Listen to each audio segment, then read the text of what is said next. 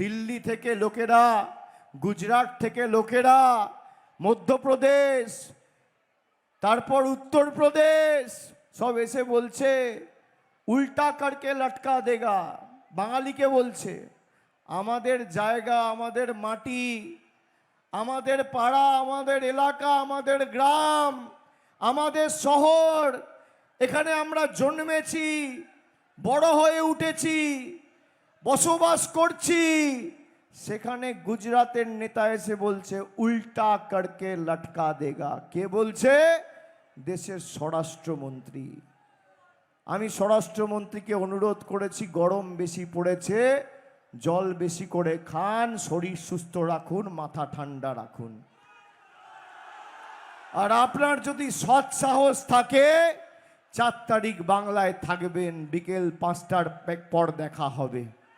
বিকেল 5টা লাগবে না, বেলা 12টার পর দেখা হবে। বেলা 12টার পর দেখা হবে।